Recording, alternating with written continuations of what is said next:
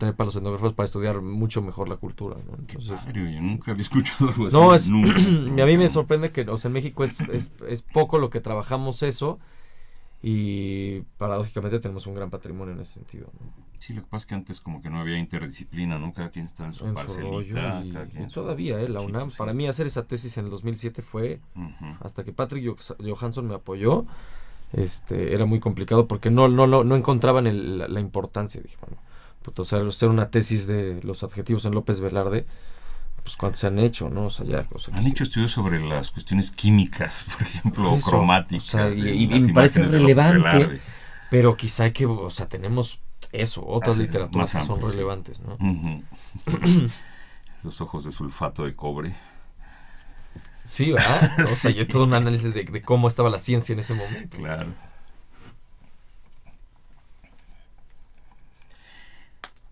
¿Qué tal, amigos? Esto es Radio INA. Un servidor, Juan Stack, les da la más cordial bienvenida.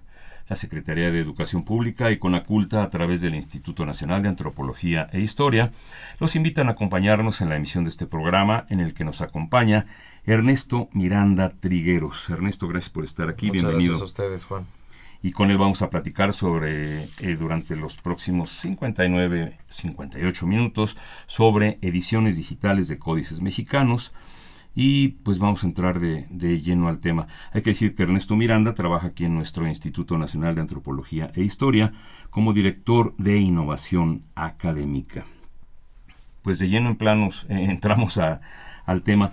Háblanos un poco, Ernesto Miranda, por favor, sobre lo que a tu parecer pueden hacer las herramientas tecnológicas digitales para la difusión de temas culturales y académicos. Gracias, Juan. Es un placer estar con ustedes y poder platicar de estos temas que se vinculan incluso directamente con Radio INA y con la labor que hacen ustedes. El término humanidades digitales es un término reciente, pero la aplicación de tecnologías computacionales a las humanidades tiene por lo menos desde los 80s, cuando se empezaron a hacer marcados de textos y procesamiento de textos para poder encontrar patrones o hacer cierta minería de datos en textos o en corpus documentales. Recientemente se utilizó el término humanidades digitales porque se empezó a ampliar el paraguas de las disciplinas que involucra este término. Podemos hablar de cuestiones como arqueología virtual, museos virtuales, fotogrametría, lo mismo, marcación de textos para minería de los mismos, bases de datos digitales, ediciones digitales, una serie de herramientas que lo que permiten es un acercamiento diferente a la información, que si bien no estamos hablando de información científica, creo que es un punto que hay que tomar en cuenta. Estamos hablando de información humanística o conocimiento humanístico que no puede reducirse a datos científicos o datos estructurados, como dicen en términos computacionales, pero sí podemos empezar a entender de manera diferente ciertos aspectos de esta información o de este conocimiento a través de estas herramientas.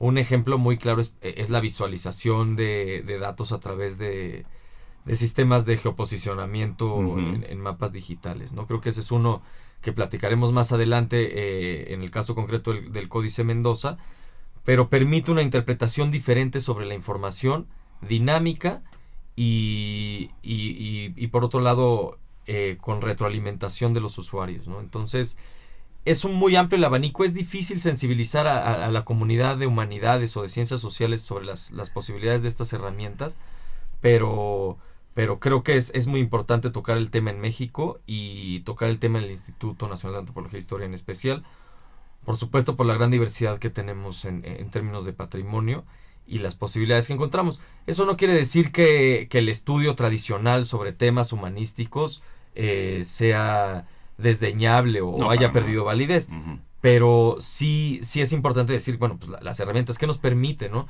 Simplemente pensar, por ejemplo, en términos de representación. A la hora de trabajar, por ejemplo, un códice, estamos pensando en él en otros términos. Si estuviéramos haciendo una edición impresa, bueno, pensamos ciertas cosas, el papel, la distribución en la página, pero a la hora de hacer una edición digital estamos pensando en muchas más cosas que a la hora de llevarlo a cabo nos empiezan a ofrecer respuestas que quizá no nos arrojaría una edición impresa. Entonces es un tema amplísimo que quizá daría para otro programa esto de las humanidades digitales, pero en síntesis podemos alcanzar nuevas perspectivas sobre los materiales o el conocimiento humanístico a través de estas herramientas. Sí, apenas estamos en la transición, bueno, al menos a lo mejor lo digo por mí, estoy en la transición de ya no leer el libro de papel, sino el libro en mi tableta, ¿verdad? Pero ya es un avance, ya es una manera de tener información por otras vías, en otros soportes, en otro respaldo. Vamos a hablar del proyecto en el que estás involucrado tú, el proyecto que encabezas y que involucra a esto de las ediciones digitales de códices mexicanos. No sé por dónde empezar. ¿Qué especialistas conforman el equipo de trabajo de este proyecto? ¿Es pura gente dedicada a las cuestiones digitales o es una amplia gama de especialistas? Es una amplia gama de especialistas y es importante también ese punto en estas cuestiones, porque la cuestión de autoría, por ejemplo, se pone mucho en duda. O sea, ya no es un investigador que hace su publicación, la manda a dictaminación y se publica y es él o quizá otro compañero investigador, sino que hay una gama de participantes, empezando por los desarrolladores, los investigadores, los curadores, los diseñadores, lo que hacen que bueno, se ponga un poco en cuestión esta autoría. Pero en este caso en concreto, en el Códice Mendoza Digital, trabajamos directamente de manera honoraria. La curadora fue Frances Berdan, que es la que ha hecho el estudio más profundo sobre el Códice Mendoza. ¿Inglesa ella? Es norteamericana. Norteamericana. En primera instancia fue publicado por la Universidad de California en los 90s. Y bueno, parte de la intención de hacer esto era acercar esto en español a un gran público. También está en inglés. Entonces ella la invitamos por su amplio conocimiento y para integrar la interpretación del códice. Sin embargo, bueno, ya sus responsabilidades y su vida académica está casi terminando. Entonces nos dijo, bueno, yo le entro, pero como honoraria, ¿no? Como un poco apadrinando el proyecto. Entonces también platicamos con Baltasar Brito, director de la Biblioteca Nacional de Antropología e Historia, y él es el curador de manera más directa sobre el contenido que abarca el códice. Tenemos un asesor en términos de paleografía digital, que bueno, pues ese es un término que quizá para el auditorio sea muy novedoso y también da para otro programa, pero platicaremos más adelante de ello. ¿Qué es paleografía? El estudio de las escrituras antiguas. Exactamente, ese es el estudio de las escrituras antiguas, y la paleografía digital puede ser ambiguo cuando lo traducimos, porque puede ser el estudio de ciertos códigos de programación que son anteriores a cierto punto. ¿Una fecha? Sí, digamos, o sea, anteriores a los 80s, que es cuando se da el gran boom de la nueva programación. O, en nuestro caso, hablamos de paleografía de textos antiguos en representaciones digitales. Entonces, en ese sentido nos apoyó Peter Stokes, que es un especialista, un académico dedicado a estos temas de la Universidad del King's College de Londres. Ahí sí, inglés. Ahí sí, inglés. Él es australiano, pero radicado en Inglaterra, y él nos aportó esa parte. Estuvimos de parte de Lina, más en la parte en el desarrollo, en la producción, un servidor, y Noemí Corona, que trabaja con nosotros en la dirección de innovación, y estuvimos trabajando la estructuración de la información, que es un poco lo que te comentaba. Bueno, tenemos el libro de Frances Berdan, tenemos imágenes que nos proporcionó Arqueología Mexicana, la revista, tenemos videos que nos proporcionó TVINA, tenemos una serie de elementos multimedia, y cómo lo vamos a acomodar para que quepa en una aplicación, ya sea web o con una salida para iPad, fue el trabajo que hicimos. Ya no la decisión de qué es lo que entra, sino cómo lo acomodamos, y creo que es importante decir cómo lo segmentamos, que parte de este tipo de proyectos lo que tiene es que tratan de acercar a un nuevo público a través del formato y del procesamiento de la información este tipo de conocimiento. También tuvimos gente bueno, trabajamos directamente con la biblioteca de la Bodleiana, que está en Oxford, donde está alojado el códice, y hubo una relación directa para poder obtener las imágenes, y bueno, fue muy cercana, fue muy, muy grata. Son temas complicados a la hora de hablar de documentos que están alojados en otros en otras instituciones que no son la nuestra o que no están en México y que son documentos mexicanos, pero aún así fue muy, muy cordial y muy entusiasta la respuesta de Oxford a este tipo de proyectos, porque al final para ellos también es significativo que salgan esfuerzos de otros países para exaltar el patrimonio que ellos resguardan, ¿no? Sí. ¿Tú llegas a integrarte a este proyecto o ya había antecedentes en el instituto para entrar a este tema de la digitalización de códices? No había nada concretamente. Yo este proyecto lo inicié como estudiante de maestría justamente en el King's College de Londres, en una materia que se llama Historia Material del Libro, donde lo que te hacen es, bueno, escoge cualquier libro que a ti se te ocurra y crea un proceso de prototipo para llevar este documento a una versión digital. No, la clase no implicaba realmente la realización de esto, sino simplemente concebirlo, cuáles son las preguntas de investigación, en qué usuarios estás pensando, en fin, una serie de metodología que existe para crear este tipo de proyectos. Y bueno, estando allá dije, bueno, pues, ¿qué voy a trabajar? Pues no me gustaría trabajar un libro de Jane Austen o un libro de Samuel Beckett, porque pues no está directamente relacionado. Y en esos tiempos había estado hablando con Gordon Brotherston, que es un académico inglés, muy interesado en estas otras literaturas del México prehispánico profundo, como diría Bonfil. Bonfil Batalla. Y dije, bueno, pues un códice, ¿cuál? Bueno, pues el Mendoza es un códice fundacional, una parte primordial de nuestra historia, está aquí en Oxford, había como un vínculo muy directo. Y cuando acabó el proyecto me di cuenta que era muy sólido y tuve muy buena retroalimentación de parte de los maestros. Dije, bueno, pues habrá que hacerlo esto. Circunstancialmente después me invitaron a trabajar en el INA y fue casi natural echar a andar este proyecto. Sondeamos un poco qué había y no existía, así que fue pues casi automático. Es decir, hay que hacer este tipo de proyectos, que es el primero, pero que sea el primero de muchos, ¿no?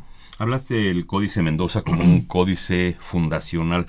Ya sabemos que habla de la fundación de México Tenochtitlan, pero es fundacional en muchos otros sentidos, porque lo hizo el primer virrey que tuvimos en la Nueva España, porque habla de muchas otras cosas. ¿Podrías ampliarnos un poco el tema sobre ya el contenido del códice? O sea, ¿qué representa? ¿Por qué es un códice fundacional? Como bien mencionas, es encomendado por el virrey Antonio de Mendoza para tener un panorama claro de qué está pasando en la tierra recién conquistada. Tiene 3 secciones, una que se denomina expansión territorial, desde donde podemos entender desde la fundación de Tenochtitlan hasta la caída de Tenochtitlan, por gobernante, cómo estaba, qué pueblos estaban integrando el imperio azteca.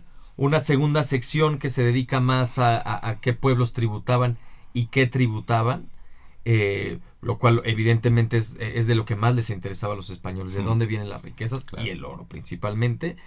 Y una tercera sección que es singular. Estas 2 primeras responden mucho a la forma en la que estaban concebidos los códices prehispánicos, en términos de imagen y en términos de narración de registros históricos o tributarios o económicos. Pero la tercera sección responde más como a la vida cotidiana, que sería algo más cercano al Códice Florentino, al trabajo que hizo Fray Bernardino de Sahagún. Y aquí ya tenemos una influencia europea, de decir, bueno, quiero saber qué estaba pasando para poder reportar a la corona cómo viven los habitantes de México, en Tenochtitlan principalmente. Entonces, en sentido de contenido es muy rico, porque es una llave para entender otros códices prehispánicos. En términos iconográficos podemos intuir cómo funcionaban estas lecturas, pero también, por supuesto, en términos de historia nos permite conocer vida cotidiana o cuestiones muy precisas. Y hay otra parte que para nosotros fue muy interesante, que es la parte formal. Es un códice que está hecho con una factura, con una técnica indígena, pero está hecho en papel europeo, por ejemplo. Uh-huh. Combina las imágenes y comentarios en náhuatl, pero tiene siempre su contraparte de comentarios o glosas en español. Uh-huh. es un sistema, se ha llamado semasiográfico, entre los académicos, de representación del conocimiento. ¿Qué es semasiográfico? Semasiográfico es la forma de entender este tipo de códices, que no estamos hablando de un sistema de conocimiento fonético o un sistema de escritura fonético como el que nosotros conocemos actualmente, donde las letras representan fonemas y representan conocimiento. El sistema semasiográfico lo que implica es que las imágenes, la relación entre las imágenes es lo que guarda el conocimiento, y el lector o el que estaba encargado de leer el códice también aporta su interpretación. Entonces es un acto en sí performático, multimedia, de lo que hablaremos más adelante. Y bueno, en ese sentido se contrapone con un sistema fonético, que serían las glosas en español. Entonces, formalmente también es, digamos, una síntesis del encuentro de dos mundos que es riquísimo en esos términos y se ha estudiado, ¿no? en diferentes aspectos. Se puede decir que es bilingüe, obviamente, aunque curiosamente estamos hablando de pictografía por la parte americana y de escritura por la incluso podemos decir es trilingüe, ¿no? Es como una película con subtítulos. Con subtítulos a dos lenguas, ¿no? Porque está en español y está en náhuatl. Entonces sí hay, es justamente eso, ¿no? Un sistema multimedia de lenguaje que bueno, es complejísimo, ¿no? Por supuesto hay una gran cantidad de especialistas que se dedican a estos temas. Yo no soy un especialista en paleografía o en historiografía, pero es fascinante entenderlos como eso, ¿no? Como sistemas que están lejos de nuestra comprensión cotidiana sobre la realidad. Ahora, hoy día que dicen que la imagen está venciendo a la palabra, quizá podríamos empezar a establecer algunas analogías con estos sistemas semasiográficos de conocimiento. Bien. ¿En qué consiste esta representación digital? O sea, ¿en qué difiere una digitalización de un documento, una mera digitalización de un documento, de esto que llaman ustedes ya representación digital? ¿Cuál es la diferencia o cuál es el avance? Yo creo que es el acercamiento a un esfuerzo que partió de los 90s o incluso finales de los 80s en muchísimas instituciones nacionales e internacionales de digitalizar por digitalizar. Y no existía una metodología, es decir, ¿cómo lo voy a digitalizar? ¿Cómo lo voy a digitalizar para preservarlo? ¿Y cómo lo voy a digitalizar para difundirlo? Entonces, la representación en este sentido tiene mucha reflexión en términos de preservación principalmente, porque, pues bueno, yo lo puedo digitalizar y decir, bueno, pues hago un PDF, lo guardo en mi máquina, pero quizá mañana mi máquina ya no es lo suficientemente capaz de leer ese archivo.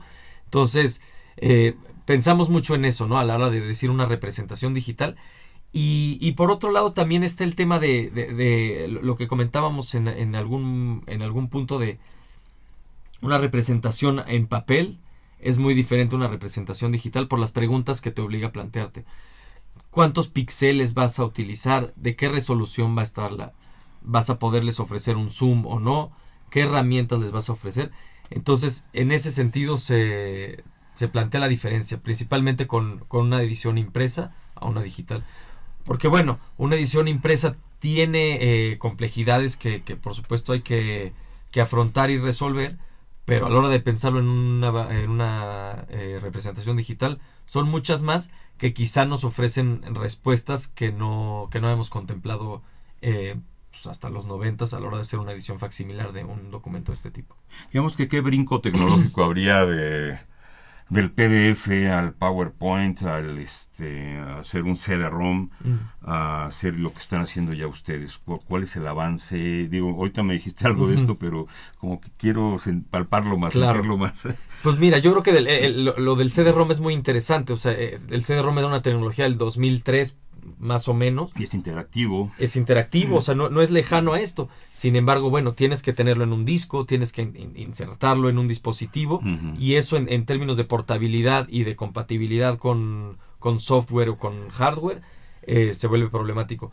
La evolución es que una aplicación, por ejemplo, la web que estamos presentando con el Códice Mendoza Digital, te permite utilizar información de otros recursos que están albergados a lo largo de la web, lo cual hace una aplicación más inteligente y no aislada, lo que sería pues un disco, que bueno, yo tengo el disco, lo puedo ver, pero no está utilizando la información que está allá afuera, que llegaremos a eso, de cómo nosotros, por ejemplo, estamos utilizando la infraestructura de datos espaciales albergada en el instituto, ¿no? Tú de por sí estás involucrado en este tema, no solo por los códices, sino en otros temas de, no sé cómo llamarlo, normatividad o uniformar datos, archivos, no solo de códices, sino de muchas otras cosas. ¿Me puedes hablar un poco de este trabajo que es mucho más amplio? Claro, eso también fue una de las, fue una inquietud llegando al instituto hace un año y casi medio, darnos cuenta que habían esfuerzos de digitalización desde los 90s en diferentes áreas, con diferentes acercamientos. Habría trabajos hechos dentro del instituto, había trabajos que se habían hecho con empresas fuera del instituto, y nos dimos cuenta que no existía una política institucional y todavía estamos trabajando en ella sobre cómo trabajar este tipo de materiales, cómo digitalizarlos, cómo acercarnos al formato, qué tipo de procesos hay que utilizar. Entonces creamos un comité que sí está encabezado por la Secretaría Técnica del Instituto, pero básicamente está contenido por la Biblioteca Nacional de Antropología e Historia, que son quienes tienen la última palabra en términos de archivos, acervos y cualquier tipo de proceso que tenga que ver con la recuperación de la memoria. Entonces ellos lo encabezaron y empezamos a hablar con diferentes actores del instituto para decir, bueno, ¿cuáles son tus inquietudes? ¿Qué has trabajado? ¿Qué tienes? ¿Hacia dónde quieres llevar? Nos dimos cuenta, por supuesto, como sabemos, de la diversidad de materiales y de contenido que tenemos en el INAH, pero no tenemos una forma de acercarnos a ellos en términos de catalogación, en términos de formato. Algunas áreas están muy avanzadas en esos procesos. Por ejemplo, la fototeca, bueno, pues tiene manuales que ha publicado sobre cómo digitalizar, en qué formato. Y abrevamos mucho de su experiencia para nosotros poder ampliar eso a otras áreas de museos, de arqueología, de monumentos, de sitios y monumentos. Cada una de las áreas, bueno, tiene un amplio espectro de imágenes o de objetos digitales que hay que digitalizar y que hay que sistematizar, porque bueno, pues estamos hablando de una institución que tenemos que tener un camino parejito, ¿no? Que luego no es fácil en una institución tan diversa.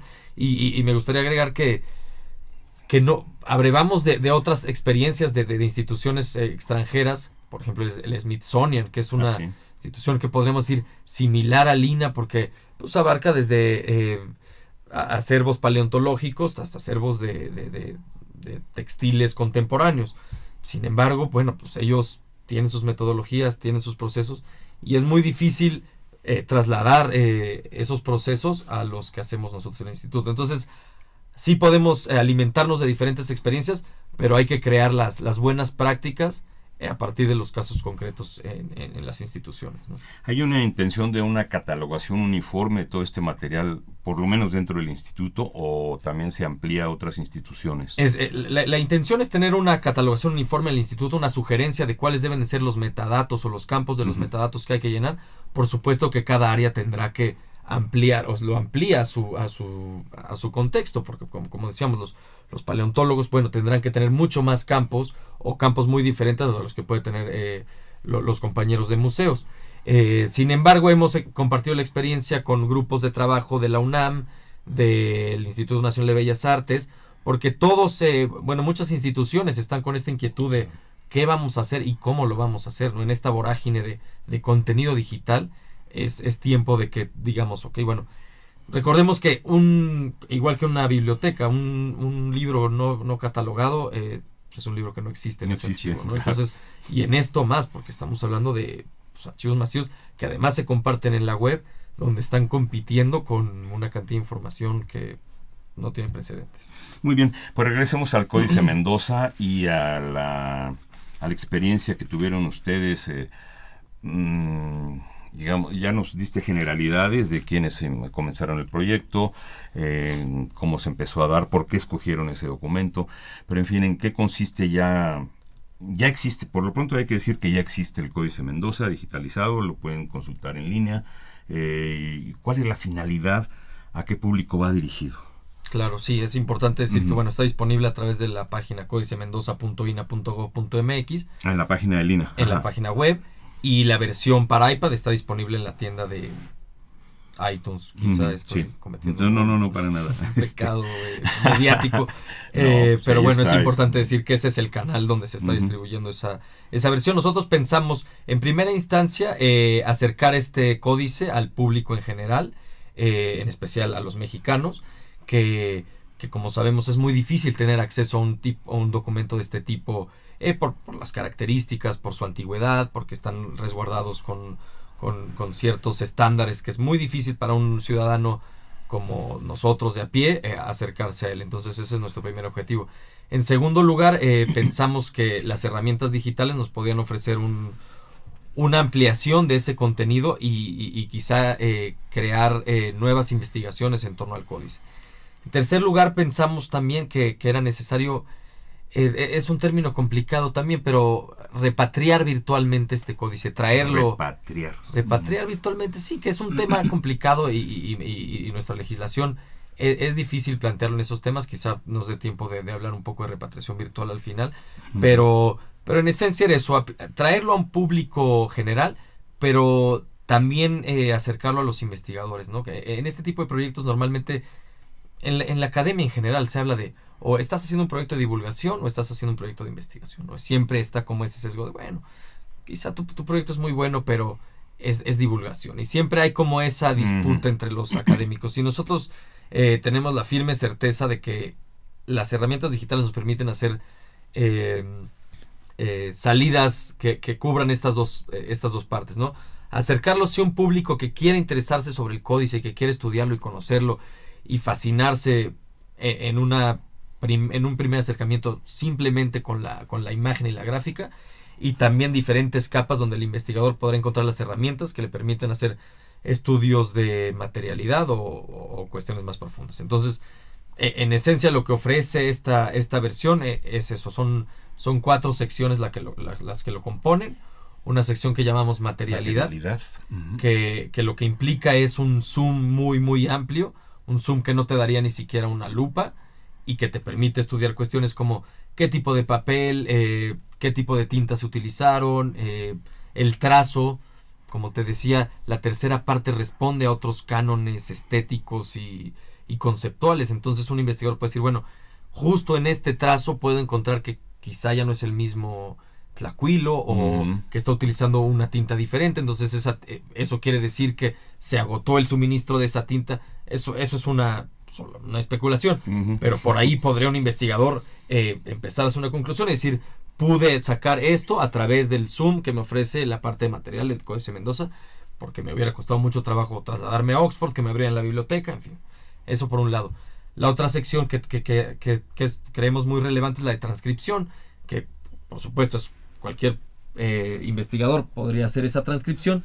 Lo que nosotros ofrecemos es la transcripción in situ. Entonces el usuario puede, a través del cursor, ver sobre el documento la transcripción de manera inmediata de las secciones donde ponga el mouse, digamos. Ahí podrá ver la transcripción en transcripción diplomática, que lo que quiere decir es tal cual está escrita, una transcripción al español contemporáneo y una transcripción al inglés, lo cual es una funcionalidad muy útil para la hora de hacer trabajo que requiera de más dinamismo a la hora de estar haciendo análisis de lo que se está diciendo. Permite mucho dinamismo y facilidad.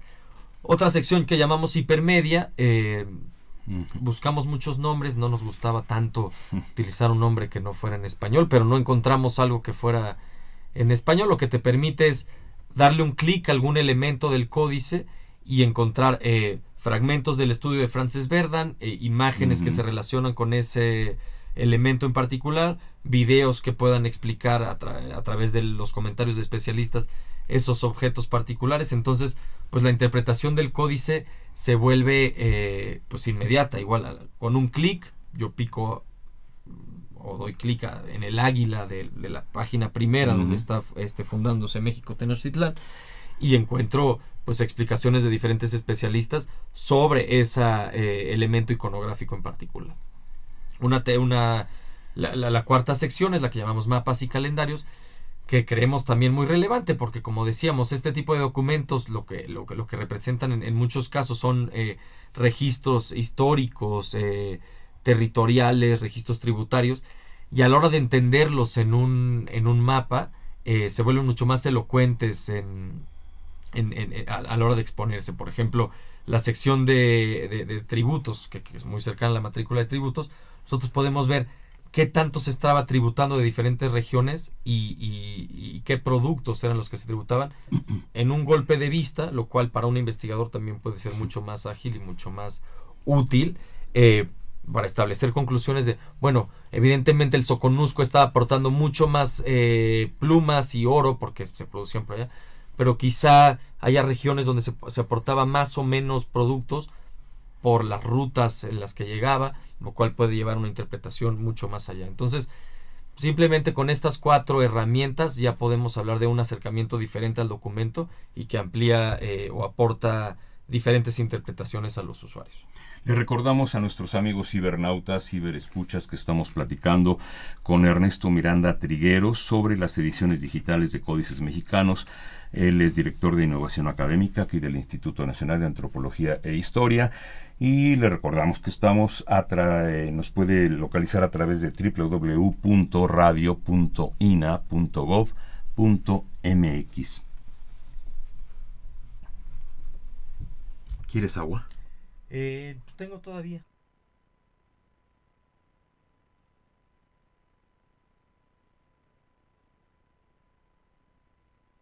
No. Ahorita continuamos. Lo bueno es que es grabada. Perfecto. Sí, estamos al aire. aire. Sí estabas. A veces han tenido que entrar ahí con la puerta así de puntitas.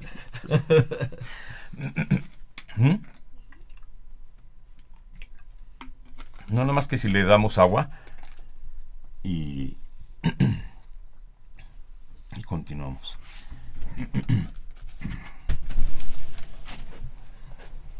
Gracias, Gaby.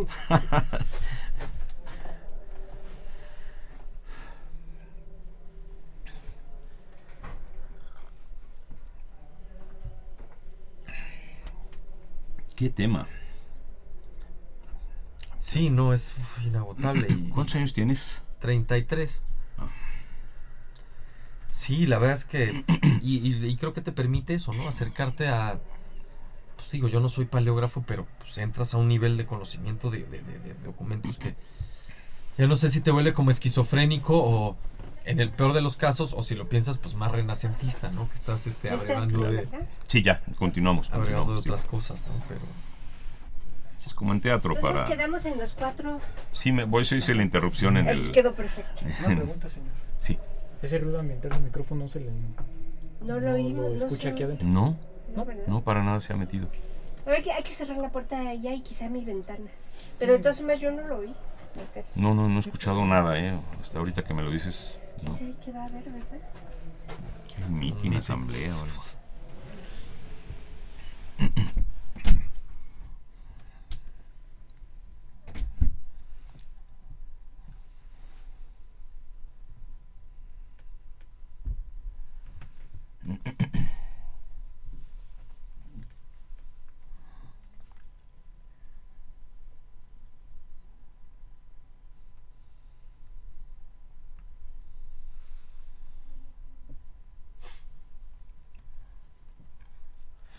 Bien, continuamos esta conversación sobre ediciones digitales de Códices Mexicanos del INA. Ernesto Miranda Trigueros, no me queda claro. Lo que tú estás subiendo a la página del INA, ¿es algo que uno pueda bajar a algún dispositivo o es algo que te conecta a la red para que puedas tener hipervínculos o como se les llama, links, para obtener más información en la red? Tenemos las dos salidas, una que es una descarga directo al dispositivo, a la tableta para iPad. Uh-huh. ¿Es una aplicación? Es una aplicación gratuita, disponible alrededor del mundo, que es importante decir, hoy día, después de su lanzamiento en enero, tiene alrededor de 3,000 descargas, lo cual creemos que es un número importante. Y está la versión web, que también está, por supuesto, de manera gratuita, abierta a cualquier usuario. Y lo que permite sí es una integración más amplia de recursos a través de la red. Nosotros por ejemplo, estamos echando mano, en este caso, de los mapas de Google, ¿no? Lo cual, pues bueno, eso ya es eso nos permite no generar unos mapas, sino montarnos en la aplicación de Google, en sus mapas, y montar nuestra información sobre eso. Y por otro lado, nuestra información está generada por la infraestructura de datos espaciales del INAH, que se trabaja desde la Coordinación Nacional de Desarrollo Institucional, en colaboración con el INEGI y otras instituciones públicas y federales, y lo que hace es que jala esa información desde una gran base de datos, desde un servidor, y le integra directo a la aplicación. Entonces, creo que la idea es eso, poder echar mano de lo que ya está en la web, en este gran repositorio que es la web, la red, y no volver a inventar el hilo negro y hacer, ellos lo llaman, en estos términos se llaman silos, o sea, repositorios aislados que no se están comunicando con nada. Entonces, la idea es, bueno, si ya está esa información, vamos usándola y vamos ahorrando pues en recursos, en investigación, y optimizando lo que está ahí e integrándolo a una plataforma. Entonces yo puedo bajarlo, por ejemplo, a una memoria USB y enchufarlo a mi computadora y ver un material por un lado, y por otro lado lo puedo ver a través de la red. O sea, no tengo que estar, no puedo estar conectado a la red. Sí tienes que, para tener todas las funcionalidades, sí tienes que estar conectado a la red obligatoriamente. En el otro caso, bueno, pues la descargas en tu dispositivo y ya todo está integrado en la aplicación que descargaste en tu iPad. Pero sí, la idea es que, bueno, pues utiliza la red para funcionar. Ahora, es importante decir que las imágenes, que es una parte fundamental de estos códices, están disponibles de manera gratuita en alta resolución para descarga de cualquier usuario. Creo que en ese sentido también estamos innovando, porque te permite, bueno, descargarlo a una resolución que, si tú quieres imprimirlo del tamaño de tu pared, pues lo imprimes y tienes tu Códice Mendoza ahí, o forrar tu coche con una imagen del Códice Mendoza. Un plotter gigante, ¿no? Y creo que también es una parte innovadora y que hay que mencionar que bueno, esto permite una apropiación diferente del códice. Quizá en ese sentido también estamos tratando de inseminar nuevas formas de apropiación y nuevos métodos. Esto está basado en una licencia para distribución de contenidos digitales en Internet que se llama Creative Commons, que tenemos la 3.0, que lo que hace es, bueno, tú lo puedes utilizar para fines personales como quieras. Si lo vas a utilizar para fines académicos por favor cítanos, y si lo vas a utilizar para fines comerciales, por favor búscanos. No habrá ningún problema, nada más danos nuestro crédito como institución. Y bueno, creemos que esto también es importante para eso, para crear una nueva forma de hacer que el patrimonio, bueno, pues se enraice un poco, y bueno, pues podría parecer para algunos alarmante la idea de tener tu celular o tu computadora forrada con una imagen del códice, pero para mí para nosotros es celebratorio decir, bueno, qué increíble que decidió identificarse con esa lámina, ¿no? Muy bien. ¿Qué interactividad tiene esta aplicación? O sea, ¿puedo yo como usuario aportarle algo a la aplicación? ¿Puedo yo comunicarme, opinar, o en fin, hacer un comentario, o decir yo tengo un dato que no vi en ninguno de los vínculos que me mandaron? Sí, definitivamente creo que es una de las virtudes de este tipo de proyectos que no hemos mencionado, que a diferencia de una edición impresa, pues es una edición cerrada donde no hay ningún tipo de interacción con los autores. En este caso no se ha dado todavía el momento donde recibamos retroalimentación de usuarios, pero uno puede crear una cuenta y hacer incluso anotaciones sobre cada una de las láminas y tener una pequeña bitácora de qué está encontrando el usuario en cada uno de los folios. Y bueno, sí recibimos, bueno, nos gusta mucho esta parte. Hasta ahora no hemos tenido como retroalimentación, digamos, negativa de, oigan, aquí hay un bug, le llaman en inglés, que quiere decir bicho. Aquí hay un bicho, ¿no? Podríamos traducirlo, aquí algo está fallando. No hemos tenido, pero una de las virtudes también es eso. Oigan, pues muchas gracias por decírnoslo, lo cambiamos inmediatamente, ¿no? Entonces podemos corregir sobre la marcha y ampliar el contenido. Hemos recibido muchos comentarios de investigadores nacionales e internacionales que están interesados, que celebran, pero hasta ahora nadie nos ha dicho, oigan, ¿por qué no amplían esta parte? Porque quizá Francis Berdan menciona esto en el 94, pero yo creo que a través del estudio que yo hice en Zacatecas, utilizando otras fuentes, ampliar. Esa, por supuesto, es la idea y está abierto para eso, ¿no? Entonces, como te decía, son una de las virtudes de estos proyectos que son en marcha, abiertos y mutables y perfectibles en todo momento. Bien, ¿trata esto de ser una información selectiva sobre el tema que tenemos entre manos, en este caso el Códice Mendoza, o trata de ser exhaustivo y abarcar todo lo que se sepa sobre el Códice Mendoza? En ese sentido, nos basamos en los estudios más profundos que existían o más que Baltasar Brito consideró los más pertinentes, pero eso no quita que podamos seguir ampliando, ¿no? No estamos cerrados. Obviamente, lo que decía hace rato es importante matizar que si llega información, pues se evalúa por el comité encabezado por Baltasar y decir, bueno, esto es pertinente, quizá esto está un poco jalado de los pelos, entonces se integraría, pero la intención sí es abarcar el mayor número o la mayor cantidad de información o conocimiento que existe en torno al códice e integrarlo en la plataforma. Bien, a la par de lo que la representación digital de un códice ofrece el instituto, ¿podríamos decir que se está generando un recurso académico en línea para desarrollar la información sobre este códice y sobre los subsecuentes? Sin duda, yo creo que esa es la virtud que hemos encontrado, era una de nuestras hipótesis o de nuestras preguntas de investigación, pero hemos comprobado que, por ejemplo, la funcionalidad de los mapas ha resultado muy útil académicamente, no solo es una forma de presentar más bonito la información o hacerla más accesible a un público general, sino que sí estamos creando un recurso de investigación, lo cual es pues sí es un hito en las publicaciones, en la difusión del conocimiento en México o en la investigación en México, porque tenemos algunos repositorios de documentales, de documentos digitales, pero no se había creado un recurso que explotara estas herramientas de esta forma.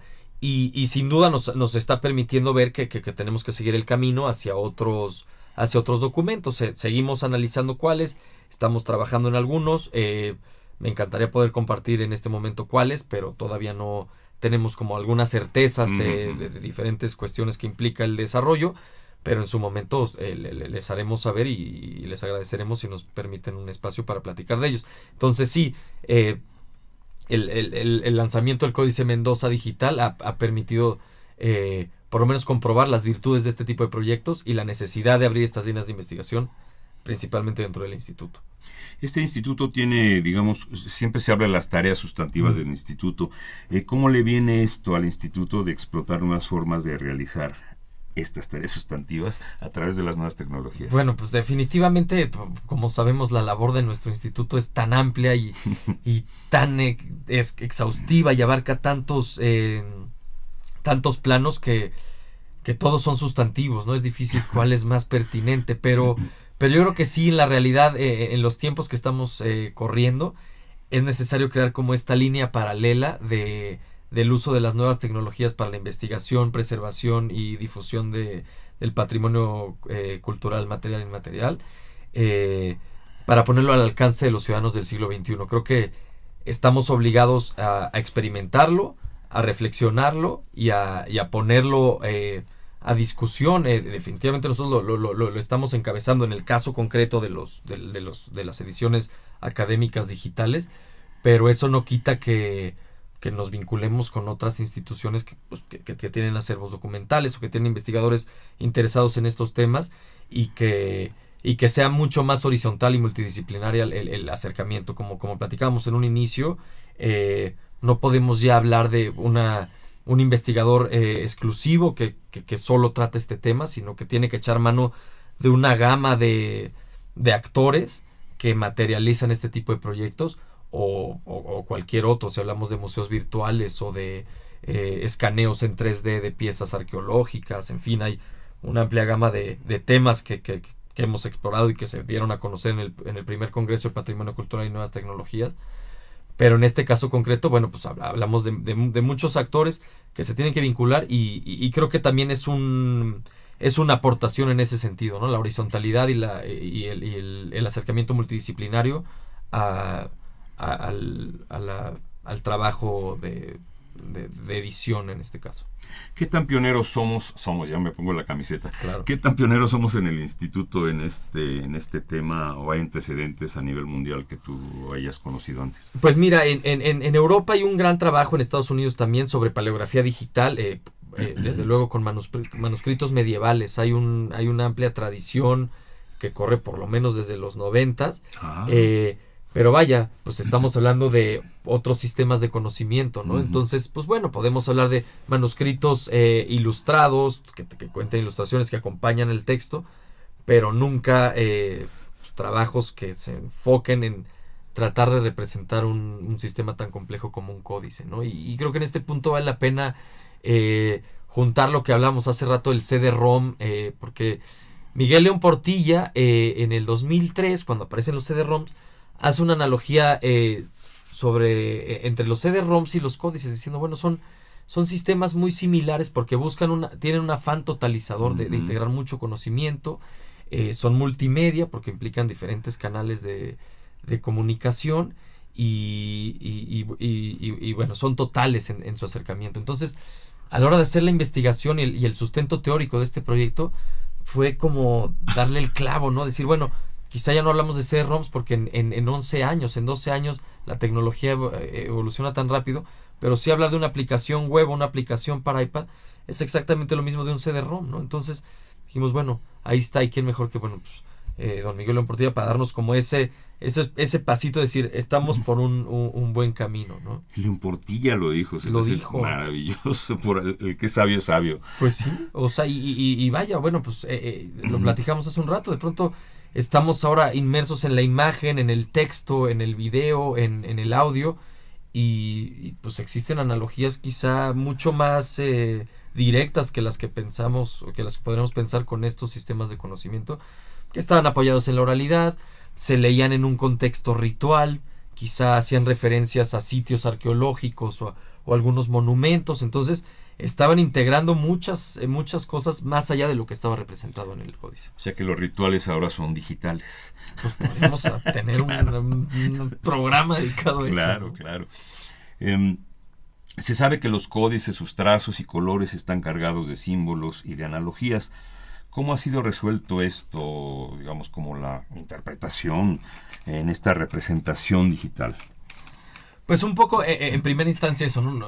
Pensamos que estamos hablando de dispositivos o sistemas de conocimiento multimedia, entonces tratamos de ser respetuosos e integrarlos de la mejor forma a este medio digital, pero también tratamos de ser muy respetuosos respetuosos con la parte icónica del códice, o sea, mantener una interfase muy limpia que no intervenga con la interacción directa del usuario con el documento. Y fuimos también muy cuidadosos porque en muchos de estos proyectos, por ejemplo, para representar una funcionalidad de audio, se utiliza la clásica vírgula de la palabra, ¿no? Y nosotros quisimos alejarnos por completo de esta como recontextualización o sacar del contexto cuestiones propias del códice para utilizarlas en otro. Entonces, pues fuimos lo más limpios posibles y más respetuosos en ese sentido. Por supuesto que en términos de materialidad se respetó, se hizo una calibración cromática sobre el trabajo de digitalización para tener los colores más cercanos al original, ¿no? Lo cual es importante en términos de materialidad. Sí, como hay colores únicos en el mundo, como el azul maya, que es único. Sí. Es una composición química, una composición física única. Y sí, en ninguna parte del puede mundo replicar, ¿no? Y hay tratados completos sobre el azul maya. Y entonces en la compu. Sí, no, bueno, aquí cuando ves el turquesa, por ejemplo, de las representaciones de aves, es apabullante, o sea, el nivel de detalle te come la imagen, ¿no? Instructivo. Me meto a la página del INAH, o más bien tecleo www.codicemendoza, con Z por favor, .ina.gov.mx y ahí directo aparece y tiene, pues si uno lo quiere ver en español o en inglés, que es en español e inglés también una está, de las funcionalidades que puede entrar de lleno. y empezar a navegar a sus anchas, ¿no? Bien. Si lo bajas en aplicación, ¿cómo se llama la aplicación? La aplicación hay que entrar a la tienda de iTunes o la tienda de App Store se Sí. llama y poner Códice Mendoza. Tal cual, Códice Mendoza. Y automáticamente aparece.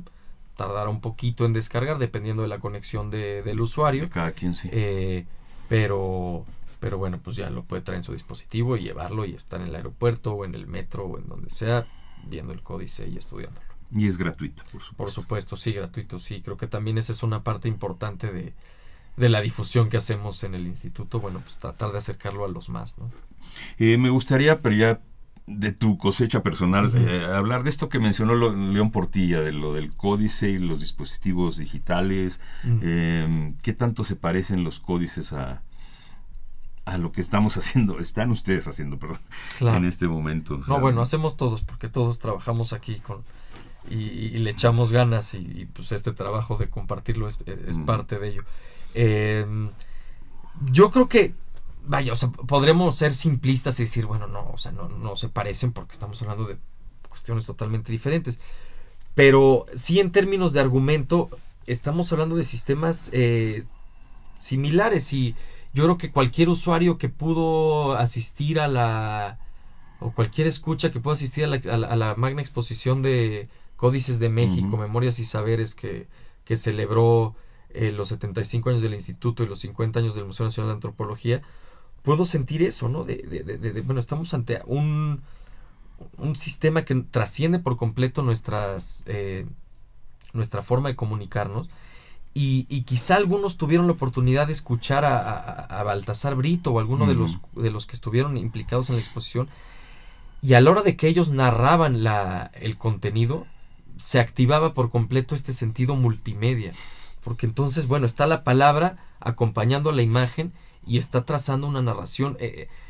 Algunos dicen que es como un apoyo mnemotécnico la imagen, pero no, es un entrelazado de diferentes medios el que nos permite conocer lo que se está narrando. Entonces, yo creo que, o sea, además de la pertinencia para nosotros en términos académicos para sustentar este trabajo que nos dio la cita de don Miguel, creo que sí podemos hablar de analogías muy directas y bueno, pues si esa cosecha personal, yo he trabajado temas de poesía ritual, la cual siempre está acompañada de un acto performático, de pintura ritual, de ciertos movimientos, de un contexto que acompaña a la palabra y que no puede entenderse de manera aislada. Entonces, a la hora de representarlo en un medio digital, resulta mucho más natural que si lo hiciéramos en un medio impreso. Y lo podríamos ampliar incluso a la poesía en general, por hablar de alguna expresión literaria que pueda ser más cercana a los escuchas.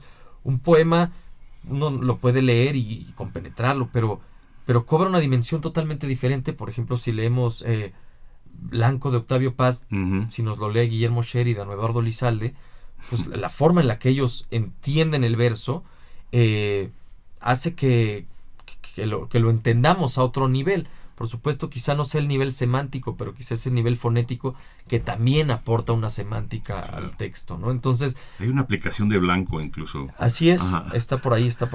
Sí. Que publicó con Aculta. Sí. Pero en la poesía, digamos, estamos hablando de una interpretación de que le da Lizalde o que le da Sheridan a la manera de decir lo que escribió Octavio Paz. Pero ¿cómo lo podría enriquecer esto? Es que tocaste un tema así como que... Sí, nos salimos un poco. No, pero está muy bien porque viene a cuento. Te lo aterrizo un poco. En la investigación que yo he hecho desde mi licenciatura, en el caso concreto, por ejemplo, de María Sabina, poemas chamánicos mazatecos.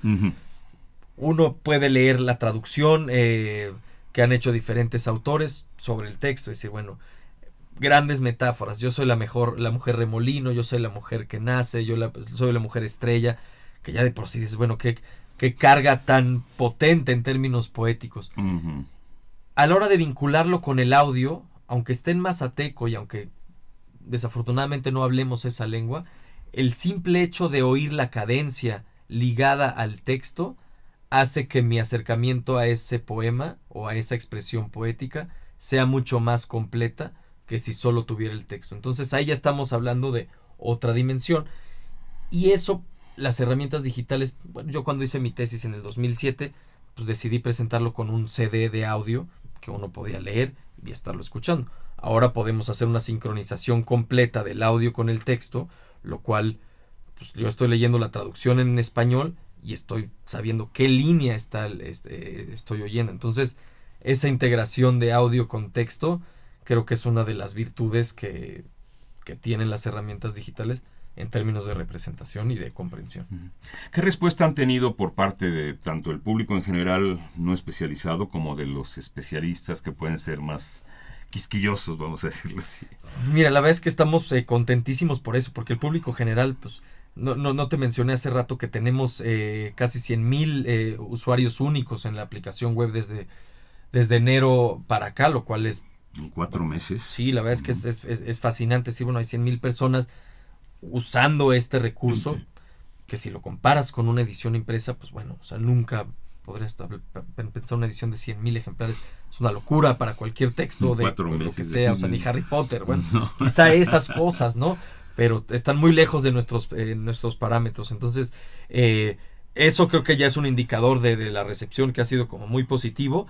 Y por otro lado hemos recibido correos de diferentes instituciones o de diferentes académicos muy entusiasmados, queriéndose sumar al proyecto, proponiéndonos cosas, proponiéndonos hacer otros. Entonces realmente se ha despertado como mucha inquietud y mucho entusiasmo que nosotros queremos canalizar hacia otros proyectos que sigan ampliando esta ediciones digitales de documentos mexicanos, ¿no? Para ti en lo personal, ¿qué te ha significado trabajar en un proyecto de esta magnitud? Tú que yo eres de la generación con chip, como decimos ahora, ¿no? No eres así como nosotros, análogo, que tuvo que migrar al otro sistema. Tú ya naciste, digamos, en este sistema, tú ya eres de esta era, siglo XXI. Aunque no nació creas. en el 20. Ajá.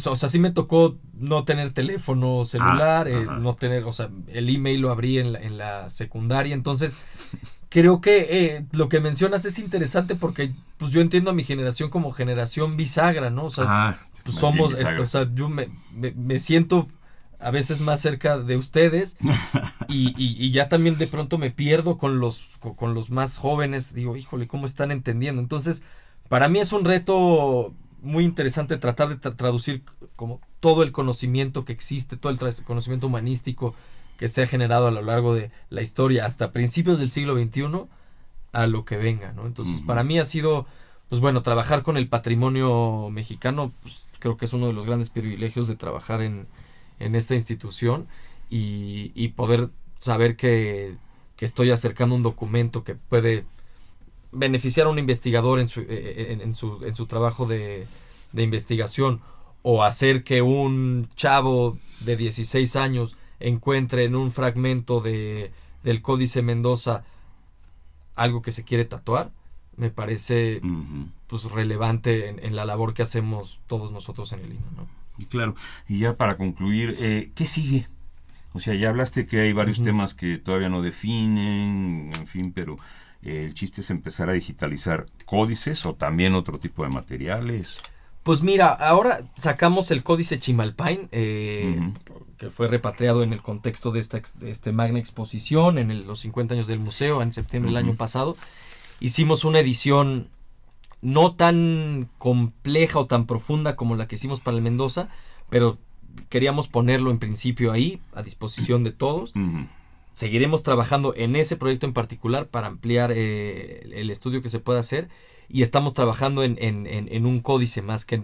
Me encantaría poderte dar ahorita más información, pero sí es un códice igual fundacional que creemos que va a ser muy relevante. Y me gustaría decir que, bueno, vamos a utilizar toda la experiencia que hemos tenido con el Códice Mendoza, vamos a echar mano de lo que nos han dado los usuarios y esta retroalimentación, pero también queremos innovar en el acercamiento. Entonces, en su momento platicaremos, pero no es decir, bueno, ahora vamos a hacer lo mismo y vamos a replicarlo en todo, sino que creemos que cada caso debe de ser tratado de manera particular y cada uno nos permite hacer nuevas aportaciones en términos de investigación, de representación y de innovación digital.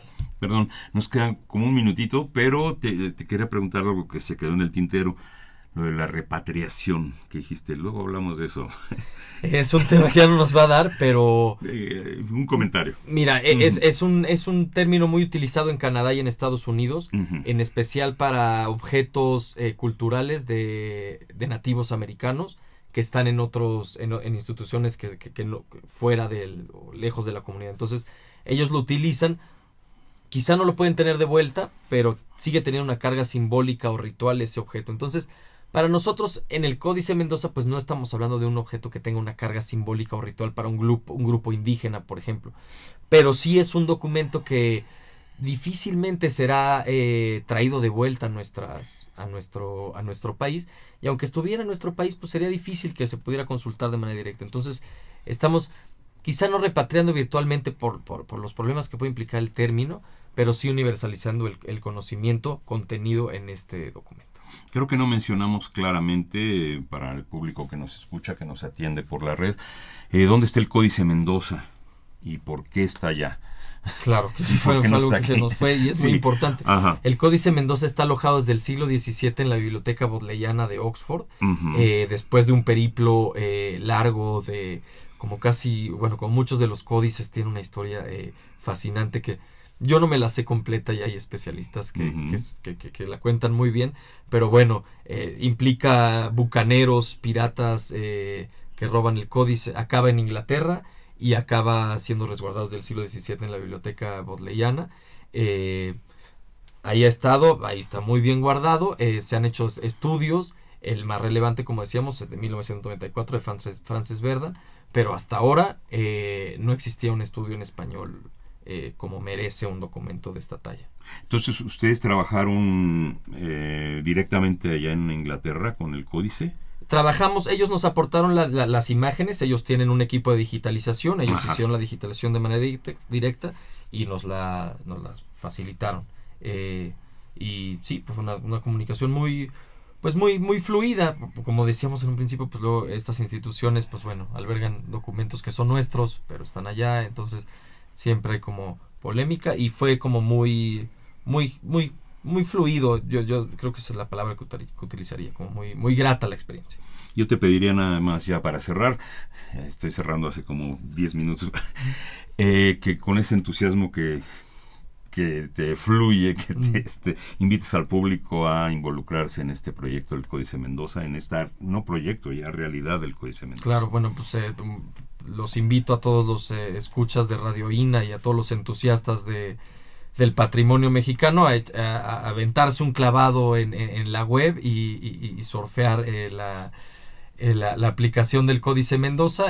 Creo que encontrarán parte importante de nuestra identidad y seguramente quedarán fascinados por la riqueza de este documento y por todo lo que contiene. Así que pues les agradeceremos mucho que entren, que lo utilicen, que se apropien de él, que al final pues el patrimonio es nuestro y para eso está. Así que pues bienvenidos a la era digital de los documentos mexicanos. Perfecto. Muchas gracias, Ernesto Miranda Trigueros, por esta conversación sobre las ediciones digitales de códices mexicanos, en este caso concreto el del Códice Mendoza.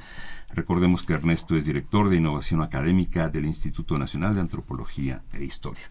Gracias, Ernesto. Gracias a ti, Juan, hasta por el la espacio. próxima. Gracias a ustedes. Bien, así desde la conducción un servidor, Juan Stack, a nombre de Radio INA, da por terminada esta emisión, que fue posible gracias a la generosa participación de Ernesto Miranda, con el tema que ya dijimos de la digitalización de códices. A nuestros escuchas les sugerimos consultar más de nuestra producción a través de www.radio.ina.gov.mx. Agradecemos el apoyo de Pedro Francisco Sánchez Nava y Luis Alberto López Guario. Es una realización de la Dirección de Medios de Comunicación a través de la Subdirección de Radio del INA a cargo de Gabriela Marentes. Producción, Evanibaldo Morales. Controles técnicos, Javier Cortés. Hasta la próxima.